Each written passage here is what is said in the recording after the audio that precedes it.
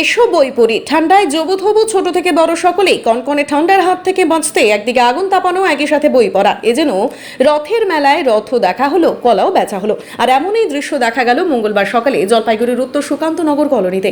উত্তর সুকান্তনগর এলাকায় স্কুল পড়ুয়া প্রীতি রায়, রীতি রায় এবং নেহা রায়। জলপাইগুড়িতে কনকনে ঠান্ডা, বাড়ির পাশে গাছের পড়ে থাকা শুকনো পাতা জড়ো করে ছোট ভাই সঞ্জিত রায়। জড়ো করা শুকনো পাতায় আগুন ধরায় দিদা বাবলি রায়। আগুনে চতুর্দিকে একে একে ঝুমঝুম করে যেমন বসে আগুন পোহাচ্ছিলেন, তেমনি হাতে বই নিয়ে পাঠশালার পাঠ চুকাচ্ছিলেন তারা। নেহা রায় জলপাইগুড়ি সদর উচ্চ বালিকা বিদ্যালয়ের ৭ম শ্রেণীর পড়ুয়া। প্রীতি ও রীতি দুই বোন, তারা জলপাইগুড়ির কদমতলা উচ্চ বালিকা বিদ্যালয়ের ৮ম এবং ৭ম শ্রেণীতে পড়ে।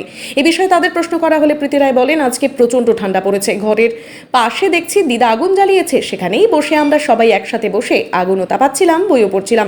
এ বিষয়ে পাশে থাকা দিদা বাবলি রায় বলেন, আজকে ঠান্ডা একটু বেশি পড়ে, তাতে ঘরেও ঠান্ডা লাগছে, তাই বাইরে আগুন জ্বালিয়েছি, সেখানেই বসে নাতনিরা আগুন তাপাচ্ছে, বইও পড়ছে, খুব ভালো লাগছে। নাম তোমার? প্রীতি রায়। হ্যাঁ, বলছি যে একটু আগে দেখলাম যে আগুনের পাশে বসে বই পড়তেছিলে, মানে কেন?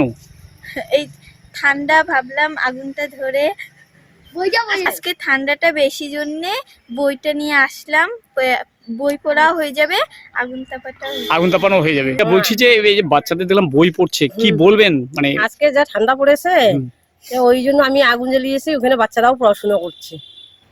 কি বলবেন এই যে আগামী দিনে বাচ্চারা যদি এইভাবে বই নিয়ে বসে কতটা ভালো, কি বলবেন? হ্যাঁ, একটু ভালোই, ঠান্ডার থেকে বড় যা বই পড়তে বসে ঠান্ডার মধ্যে। হ্যাঁ, ঘরে বেশি ঠান্ডা লাগছে তাই আগুন তাপাচ্ছে, এদিকে বইও পড়ছে। ঠান্ডার থেকে রক্ষা পেলো, বইও হ্যাঁ, পড়লো। ঠান্ডার থেকে রক্ষাও পেলো, বইও পড়ছে।